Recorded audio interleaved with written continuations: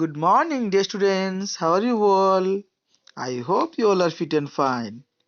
Okay, so up to now we have completed many lessons. Yes, so we need to read all the lessons and learn all the question answers. Okay, because exams are going to start very soon. So we need to read all the exercises. Yes or no?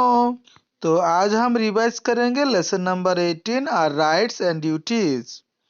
इस lesson में हमने सीखे जैसे कि हर एक country जो होता है, कंट्री के पास कुछ सेट ऑफ रूल्स होता है जिसे सरकार और लोग, इंसान, सिटीजन्स जो रहते हैं सभी फॉलो करते हैं, जिसे सेट ऑफ रूल्स और कॉन्स्टिट्यूशन कहते हैं।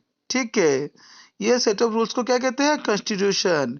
और हिंदी में क्या कहते हैं? संविधान। ठीक है, वैसे ही हमारा इंडिया में भी ये सेट ऑफ रूल्स है, संविधान है जिसे हम फॉलो करते हैं।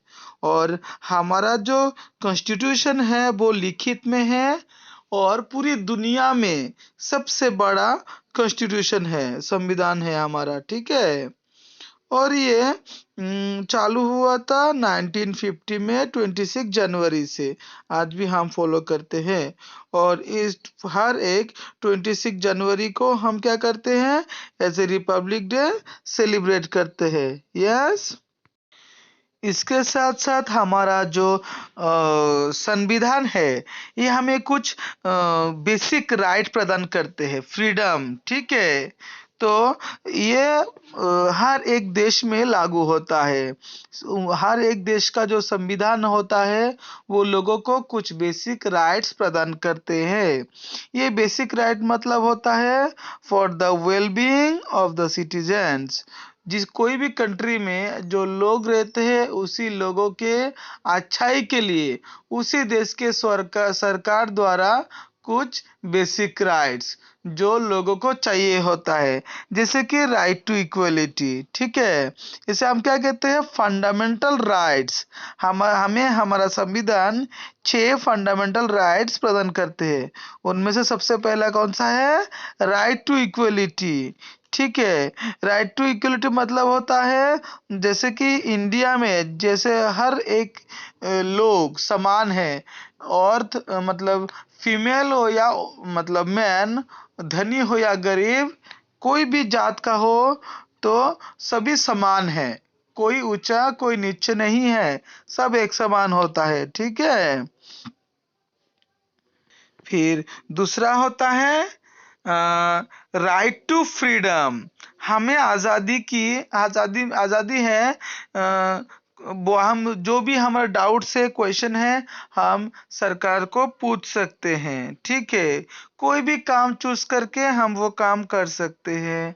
फिर हम हमारे देश में कहीं भी घूम सकते हैं और हमारे बच्चों के लिए, हमारी एजुकेशन के लिए फ्री एजुकेशन जो है वो प्रोवाइड करते हैं गवर्नमेंट। ठीक है, ये क्या होता है? कंपलसरी एजुकेशन है 14 साल के बच्चों के लिए। ठीक है, जीरो मतलब छोटे बच्चों से लेके 14 इयर्स तक जो भी बच्चे हैं स्कूल जाने वाले सभी को कंपलसरी एजुकेशन, मतलब हर एक बच्चे को एजुकेशन लेना ही है, मस्ट। ठीक है, ये भी फ्रीडम है।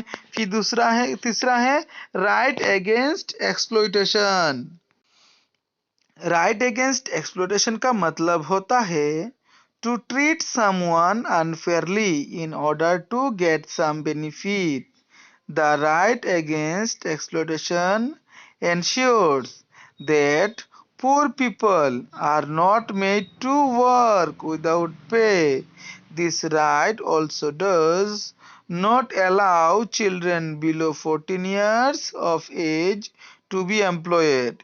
ये जो राइट टू एक्सप्लोटेशन है इसका मतलब होता है हम किसी भी व्यक्ति को बिना पैसे दिए काम नहीं करा सकते, उसे मजबूर नहीं कर सकते, किसी गरीब को परेशान नहीं कर सकते, और हम किसी बच्चे को जो 14 इयर्स के नीचे है उसे काम के लिए नहीं बोल सकते। ठीक है, उसे हम नौकरी पर या काम पर नहीं लगा सकते। फिर चौथा है right to freedom of religion.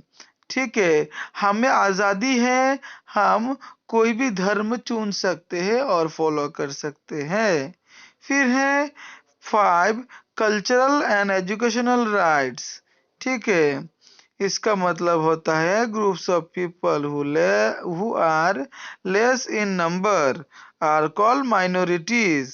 This right protects the minorities. It allows them to develop and preserve their culture. Cultural and educational right का मतलब होता है कि कोई भी एक ग्रुप के लोग जो बहुत ही कम संख्या के हैं, ठीक है, जैसे कि हम एससी ओबीसी एसटी ऐसे करते मतलब डिवाइड करते हैं ना कास्ट को, वैसे ही किसी एक जाति के लोग जो नंबर में बहुत ही कम है, कम लोग हैं संख्या में हैं, उन्हें हम माइनॉरिटीज कहते हैं। और उन्हें हमारा संविधान अलाउ करते हैं कि वो अपना जो स्किल है वो डेवलप कर सकते हैं और वो अपने कल्चर को आगे ले जा सकते हैं। ठीक है, राइट टू कॉन्स्टिट्यूशनल रेमेडीज, हमें आज़ादी दी गई है, हमारा जो संविधान है उसमें अगर कुछ हमारा जो हक है नहीं मिलता तो उसके लिए हम कोर्ट जा सकते हैं। ठीक है, हम मांग कर सकते हैं हमारी राइट के लिए कि हमें वो राइट प्रदान करे। ठीक है, अभी क्या है, ये फंडामेंटल राइट्स के साथ कुछ ड्यूटीज सरकार ने हमारे लिए तय किया है। वो ड्यूटीज कुछ इस तरह है जैसे कि we must abide by the constitution, हमें हमारा संविधान फॉलो करने चाहिए। We must show respect to the national flag and the national anthem, हमें हमारे नेशनल फ्लैग को रेस्पेक्ट देने चाहिए और सम्मान प्रदान करने चाहिए। ठीक है, और नेशनल एंथम को भी और नेशनल फ्लैग को। We must take care of the environment, हम हमारे जो एनवायरनमेंट उसकी रक्षा करेंगे। Then we must take care of public property, जो पब्लिक प्रॉपर्टी है उनका नुकसान नहीं पहुंचाएंगे, उनकी देखभाल करेंगे। We must preserve our culture heritage, हम हमारा जो कल्चर है हेरिटेज है उसे प्रोटेक्ट करेंगे। ठीक है, आगे ले जाएंगे। फिर क्या होता है, पेरेंट्स और guardians must send their children to school, जो माता पिताएं हैं वो अपने बच्चों को जरूर स्कूल में भेजे पढ़ने के लिए। ठीक है, इन दोनों के साथ साथ अभी सरकार के लिए भी हमारा संविधान कुछ गाइडलाइंस तय किए हैं, वो कुछ इस तरह है जिसे सरकार को भी फॉलो करने होते हैं, जिसे डायरेक्टिव प्रिंसिपल्स कहते हैं। ठीक है, तो डायरेक्टिव प्रिंसिपल्स मतलब सरकार को ये कंफर्म करना है, अच्छे से देखभाल करना है कि हमारे देश में जो भी लोग रहते हैं सबको रहने के लिए अच्छे घर है कि नहीं है, अगर नहीं है तो प्रदान करे। हर एक बच्चा स्कूल जाने ला मतलब स्कूल जाने के लिए उम्र हो गई है तो उसे उस स्कूल में जाना चाहिए, सरकार इसकी जिम्मेदारी लेते हैं, सभी बच्चों को स्कूल जाना है, कंपलसरी है। ठीक है, तो उसे जो भी मदद चाहिए सरकार को मदद करनी है, लेकिन वो बच्चा स्कूल में जाए।